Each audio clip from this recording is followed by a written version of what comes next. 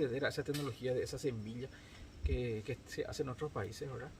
A lo mejor nuestro problema es esa diferencia lo vuelvo a repetir, de monedas que hay Ujú. con los otros países, porque el Paraguay como Estado, o el Banco Central es independiente, ¿verdad? Pero como sigue siendo parte del Estado, mete 1.200, 1.500 millones de dólares para hacernos nosotros menos competibles, ¿verdad? Sí.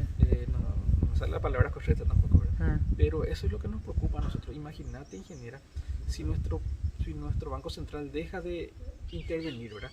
Porque en este paso, si gasta 1.500 millones de dólares al año para mantener el guaraní cercano al dólar, dentro de 3 4 años el Banco Central se va a quedar sin fondos. Sí. Entonces ese camino no es el correcto. No es el correcto porque dentro de 8 años las reservas nacionales, cero. Si vamos a seguir por este camino, dentro de 3 4 años. Entonces no es viable ese camino. Lo que debería hacer a lo mejor el Paraguay es, qué sé yo no sé cómo el Banco Central puede invertir en educación, ¿verdad? Pero imagínate 9 billones o 10 billones de guaraníes Sí. serían, estuve haciendo el cálculo, son un sueldo mínimo para 400.000 paraguayos por un año, eso. Es una locura, ¿verdad? O de repente, creo que la cantidad de estudiantes secundarios que se reciben cada año en Paraguay creo que ronda los 100.000. No sé si estoy tan equivocado, ¿verdad? Pero una media beca para cada uno por 6 años tendríamos 100.000 ingenieros o 100.000 doctores o 100.000 académicos dentro de 6 años, ¿verdad? Sí. Yo digo que ese es el camino correcto, ¿verdad? No apostar a mantener artificialmente nuestra moneda. Imagínate si nosotros pudiéramos vender acá, perdón, si nuestra moneda vale menos, vamos a ser inclusive más atractivos para vender productos agrícolas para otros países, ¿verdad?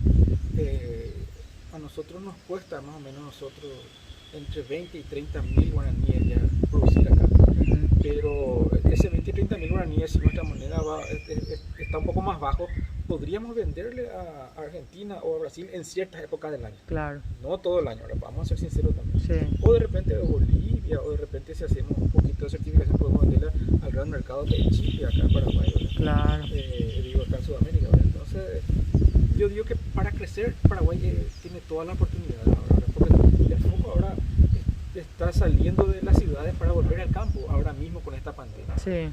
Entonces, Cambió bastante el enfoque del éxodo rural a... cambió. Ahora Sí. es un éxodo casi urbano a rural, ¿verdad? Sí. Entonces eso nos deja con muchas oportunidades, con muchos desafíos, pero necesitamos hacer un diagnóstico correcto de la situación. Y ahí es donde yo, a lo mejor estoy equivocado porque no soy economista, ¿verdad? Sí. Pero habría que ver qué utilidad en este momento tiene que el Estado o el Banco Central gaste 1.500 millones de dólares, o un poquito más de 10 billones de guaraníes para hacernos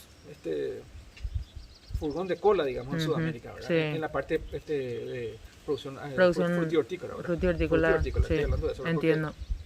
Entonces eso es lo que nos hace difícil la situación, ¿verdad? Habría que socializar el tema, de repente me contestan los economistas del Banco Central, tampoco soy tan pretencioso, ¿verdad? Pero lo dicen al Estado, bueno, hacemos esto por esto. Sí. Pero también te das cuenta que si sigue gastando 1.500 millones de dólares al año el Banco Central, dentro de 4 años se va a quedar sin reserva. Sí. Paraguay Pero no puede darse ese lujo siendo un país frutícola, perdón, agrícola, sí. ganadero, ¿verdad? Sí. Entonces, hay que repensar esas cosas, ¿verdad? Pero ahí hay muchos desafíos. Está la productividad que tenemos que mejorar nosotros, cierto. Vamos a ser sinceros nomás. Sí. El Paraguay tiene que mejorar su productividad, pero esto era impensable 5 años atrás. Esto era impensable 5 años atrás, ¿verdad?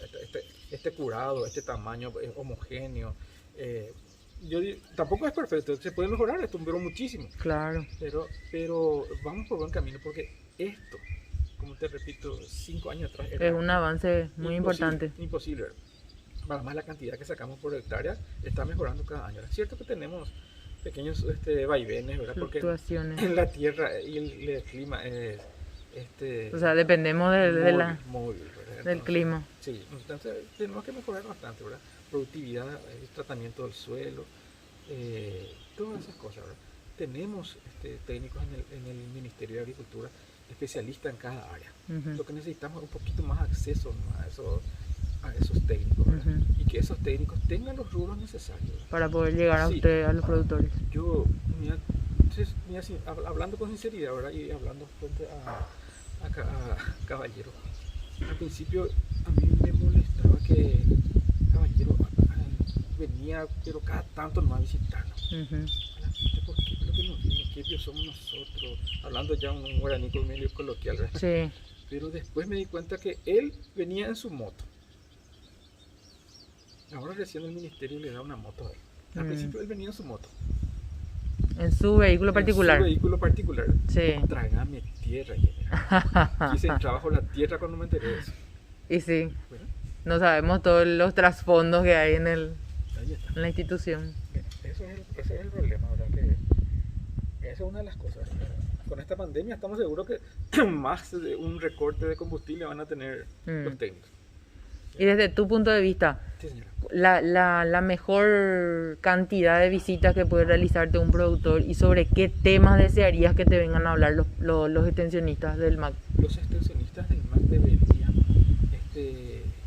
hablar con los comités para ver en qué tipo de productividad se van a meter o qué tipo de productividad son capaces de ellos, ¿verdad? El ingeniero, por su formación, puede venir a hablarnos de producción de hongos, ¿verdad? Pero esa no es nuestra realidad. Esa no es la realidad de ese comité productor. Tiene que haber un diagnóstico rural participativo por comité, sí, para que después de eso dependa la cantidad de visitas que habrá. Si el comité quiere producir mandioca, la visita va a ser mucho más espaciada de un comité que quiere producir lechuga. Claro. ¿Verdad? Depende de su realidad, depende de la realidad de cada comité. Tampoco él él puede comprometerse con estas disminuciones de combustible. No, yo puedo venir una semana a visitarle a 20 comités. Eso tampoco es real. Sí. Por eso necesitamos un sinceramiento de ambas partes, ¿verdad? De acuerdo a las necesidades. De acuerdo a las necesidades y la capacidad del técnico del ministerio que va a recibir el apoyo de combustible o viático de cada visita que va a realizar. Visita que va a hacer, ¿verdad? Sí. Entonces eso tiene que ser bastante realista, ¿verdad? Por eso te digo, y me disculpan que te tutee al final. Sí. Cuando yo me enteré que él venía en su moto, madre mía. Yo sentí mucho, ¿verdad? Por haber mal pensado de que él no quería visitarnos. Sí. Y es más de una vez yo le dije, ¿verdad? Al principio yo me molestaba que él venga poco, ¿verdad? Pero después me di cuenta que el tipo venía así que, ¿verdad? Sí. Hasta ese punto es la cuestión, ¿verdad?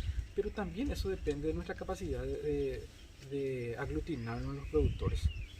Porque, como suelo decirles a algunos productores, si la vaca quiere sal, tiene que entrar en el corral, ¿verdad? Él no puede irse detrás de un productor sagua, como se dice en el Chaco, ¿verdad? Sí. No puede ir a buscarla allá en el monte o en su caminito, ¿verdad? Los propios productores tenemos que tener la capacidad de aglutinarnos o reunirnos de repente en un lugar o en una chácara demostrativa para después ir a replicar eso que aprendemos, que estamos viendo, ¿verdad? Tal cual. Eso podría haber que facilitarle a los propios técnicos las visitas más continuas, ¿verdad? La movilidad de ellos. De repente, algo como lo que él hizo el año pasado, que fue contactarnos con unos importadores que querían promocionar ciertas semillas o ciertos fertilizantes. Entonces hicimos acá pequeñas parcelas demostrativas, ¿verdad? Y que tuvieron tal o cual resultado. Como un día de campo. Y al final se presentó eso como un día de campo, ¿verdad? Pero el proceso fue con mucha anticipación. ¿Verdad? Cosas como esas son las que necesitaríamos, ¿verdad? Ahí el Estado se vería menos presionado a gastar para hacer una parcela demostrativa, ¿verdad? A lo mejor no todos los productores van a tener que irse a Caacupé en el IPTA, o a lo mejor IPTA o Caacupé no está capacitado por su altura a producir todo, ¿verdad? Claro. Entonces a lo mejor necesitamos realidades regionales o realidades no solo regionales sino de distritales. Para que el pequeño productor pueda irse con su moto inclusive a ver tapos, o de repente ir a preguntar o llevar una muestra, mi cebolla o mi locote o mi vaquita está teniendo ese problema, entonces se puede ir a visitar. Pero ayuda mucho también que veo que sos como un líder nato y tu predisposición a conectarte también con los productores de la zona y con los extensionistas del MAC.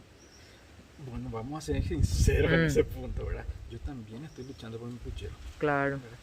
Yo necesito que que los productores acá estén unidos, que tengan una producción homogénea, para que podamos decirle al ministerio, bueno, ya que el Estado gasta, tan repetitivo, ¿sí? Ya que el Estado gasta 1.500 millones de dólares para hacernos menos competitivos, entonces vamos a cuidar la producción local, ¿verdad? En cierta época del año, cuando tengamos una producción, cuando el productor paraguayo tenga producción, vamos a cuidar, entonces vamos a poner un pequeño corralito ahí para que entre para que no entre esa cebolla en este caso con un precio tan devaluado, ¿verdad? Para que pueda hacernos, ya está, la calidad ya estamos, ahí ya estamos, ¿verdad? Pero con el precio no podemos discutir, ¿verdad? Sobre todo porque tenemos que vencer una mentalidad histórica del consumidor que la cebolla paraguaya lo iba y y hay que cambiar ese concepto en los consumidores. Pero depende de nosotros, ¿verdad? Y claro. Depende de nosotros ir cambiando esa mentalidad de que sí hay cebolla linda, ¿verdad? Pero que sí puede haber papa buena, ¿verdad? De que sí puede haber un tomate, a lo mejor ellos, los tomateros pueden industrializar, ¿verdad? Pero al final lo que nosotros tenemos que hacer es lo que hacen los zanahorieros del sur, ¿verdad? Que es entrar en una cooperativa, que es tener un centro de acopio, ganarnos ese respeto que tienen los zanahorieros de los supermercados. Entonces, ese es el camino. Y con este tipo de productos sí se puede hacer eso. Pero también necesitamos pequeños liderazgos en la parte técnica, en la parte gremial. Y por qué no decirlo, ¿verdad? También en la parte política, ¿verdad? Porque al final pues no es solo política partidaria, también es política gremial, también es política productiva, para que nos lleve hacia un punto determinado, ¿verdad? Porque si nosotros no logramos convencerle a los productores antiguos de que tienen que mejorar su fumigación, de que tienen que mejorar su preparación de suelo, entonces, y eso es política productiva, ¿verdad? Entonces nos vamos a llegar a esto en la mayor cantidad posible y vencer ese concepto que tiene el productor, pero el consumidor de nosotros va a ser demasiado difícil con productores de la edad de piedra. Así mismo. Tiene que haber un pequeño mejoramiento cada año.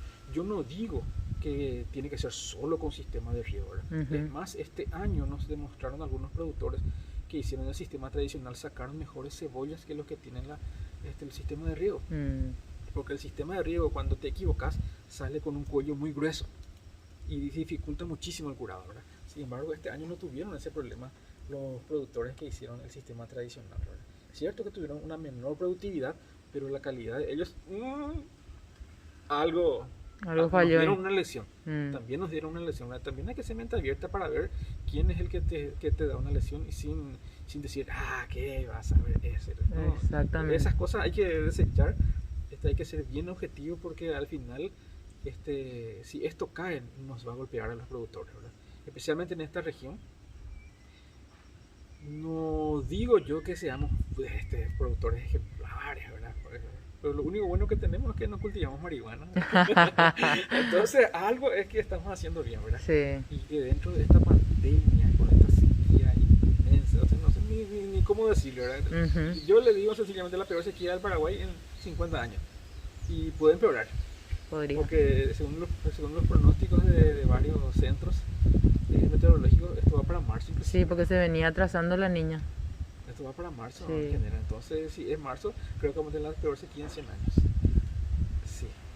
Entonces necesitamos incorporar alternativas ahora mismo, ¿verdad? Por suerte, si todo va bien, está terminando la zafra de papa. A lo mejor se cierra esta semana o la próxima. A la gente le sobró un poquito de plata, ¿verdad? Ojalá que la gente no compre celulares, motos. Otra cuestión que debería de la parte cultural y un poquitito de educación, educación financiera, exactamente. Pero nosotros los productores no vamos a poder solos. Necesitamos el acompañamiento del Estado todavía. Como un pequeño papá que nos va a ayudar, ¿verdad? Desearíamos llegar ya como los ojeros, allá donde ya casi no necesitan del Estado, ¿verdad? Claro. Es más el Estado para ellos. El Estado necesita de los ojeros. Un ancla, ¿verdad? El Estado necesita de los ojeros, ¿verdad? Dependemos bastante del PIB, depende de ello. Sí, el Producto Interno Bruto, ¿verdad? Eso es la cuestión, pero la cebolla tiene una ventaja que es ya casi un commodity, donde podríamos llegar, inclusive como dije hace rato, a exportar a nuestros países en ciertas épocas del año. Sí, Solo que tenemos que tener un cambio de mentalidad, buscar claro. Armar un plan estratégico con esa visión. armar un plan estratégico. Ahí te va a decir, bueno, ¿qué necesitas? Necesitas una variedad súper tempranera. Claro. Necesitas este tipo de preparación de células. Necesitas este tipo de curado, ¿no? Ujú. Necesitas este tipo de techo para hacer ese curado. Sí. ¿Verdad? O cosas como esa, ¿verdad? Pero es factible. Hace 3 años que estoy siguiendo, bueno, 4 ya con este, que estoy siguiendo los precios de otros países y comparados con el nuestro. Y en julio y agosto es la ventana ideal. Ahí es donde sube el precio de la cebolla argentina y brasilera. Inclusive en Brasil llegan a importar de Holanda. Es una locura. Es una locura. Estando Paraguay acá cerca. Pero antes, los menonitas a lo mejor no tenían esa visión como está teniendo el señor Hibbert para producir en el Chaco, ¿verdad? Pero solamente en ciertas partes del Chaco también, porque Claro. el agua salada del Chaco, hay partes que ni con pozos de 200 metros no sacas agua dulce, ¿verdad? Ujú. Y donde él está sí hay agua dulce, ¿verdad? Sí, ese es un conocimiento que ellos tienen, ¿verdad? Interesante. Sí, son manchas de fertilidad y manchas de agua en el Chaco, ¿verdad? Hay un acuífero Irendahue que se divide por una parte seca, y pues hay un acuífero más al sur, creo que es Grisal. Son varios acuíferos en el Chaco, entonces si la cazaste en ese acuífero, viva el Paraguay, ¿verdad? Sí. Pero si no la cazaste, si tu terreno no está en este acuífero, llorarle a tu abuela, ¿verdad? Ujú. Entonces eso también son realidades que ellos van a tener que ir mejorando, ¿verdad? Claro. Y el Señor nos da una lección de que, a lo que yo varios años ya estuve hablando, en la cebolla va a pasar lo que pasó con el algodón. Cuando entraron los grandes y los pequeños se fueron a la cuneta. Sí. Va a pasar es lo mismo que está pasando con la caña dulce, es lo mismo que podría pasar con el tomate cuando entren los productores que hacen A gran escala. con cosechadoras, ¿verdad? Sí. Entonces, si eso llega a pasar en Paraguay, sería el acabose de los productores de tomate, ¿verdad? Porque no van a poder competir, no van a Ujú. poder competir, ¿verdad? Entonces, en ciertas épocas del año, ¿verdad? Pero si eso Yo pasa, creo que ahí es fundamental el papel de una cooperativa, porque al ser socio de la cooperativa podés recibir, y los menonitas trabajan así, no todos son grandes productores entre ellos, ¿verdad? Pero ellos siempre se protegen y hacen que el pequeño productor produzca de la misma calidad, de acuerdo a la capacidad que tenga de producir, y es acopiado por esa cooperativa. O sea, no se pierde el pequeño productor ahí. sí. Y es más, yo te diría, ingeniera, que a lo mejor el otro camino es la diversificación. Claro. Porque acá, así como van las cosas, va tendiendo a un monocultivo de cebolla acá en la región, ¿verdad? Sí. En nuestra pequeña región, ¿verdad? No todo Paraguay, ¿verdad? En nuestra pequeña región. Entonces, habría que buscar alternativas de producción, o insistir con la cuestión del abono verde, o un componente animal. Yo como veterinario me inclinaría por la parte de leche, ¿verdad? Total, la leche, si no vendemos a hacer un tipo de queso, podemos hacer un tipo de queso con denominación de origen aquí en ¿verdad? Cosas como eso, como hacen los franceses, ¿verdad? Los franceses lo único que hicieron es dar una denominación de origen, los italianos también, o el propio champán, ¿verdad? Que nada en el mundo ya puede llamarse champán, excepto en Francia, ¿verdad? Claro. Entonces, como eso, podríamos ver un tipo de queso Paraguay, con algún ingrediente, algo Sí. parecido, para que pueda valorizarse, ¿verdad? Valor agregado. Valor agregado, ¿verdad? Sí. A su leche, ¿verdad? Y del suero, ver qué hace, todas esas cosas, ¿verdad? Pero esa es nuestra alternativa, ¿verdad? Porque la parte agrícola es muy atacable por los grandes capitales. Ujú. De repente, bueno, te cuento una realidad. El menonita del Chaco ya produce una cantidad como para saturar Paraguay por un mes. 11 de sus amigos y chao Paraguay. Si de repente él va a sembrar 500 hectáreas, como dice, el año que viene, 2 de sus amigos o un amigo más, chao Paraguay, está saturado de cebolla. Entonces tenemos que buscar alternativas contra eso. Ahí entra la diversificación en productividad, o la diversificación en el tiempo, adelantarnos a lo que él va a producir, o buscar alternativas para entre zafra, de modo que pueda salvar un poquito nuestro costo anual. Todas esas cosas. Ahora mismo nuestra cebolla tenemos que dividir por 12 meses, porque es nuestro costo anual, ¿verdad? Si de repente sembramos algo y que pueda sacarse en otros 6 meses, nuestro costo de cebolla dividiríamos por 6 nomás, ya. Nuestro costo de producción va a bajar bastante, ¿verdad? Entonces, todas esas Eso cosas, sería lo ideal. eso sería lo ideal, ¿verdad? En grandes rasgos. Y en la parte gremial, en la parte de liderazgo, cambió mucho también la mentalidad acá en nuestro país, no en nuestro país, en nuestra región acá. Antes éramos comités o asociaciones casi rivales y 2 o 3 años después totalmente unidos estamos. Nos dimos cuenta que era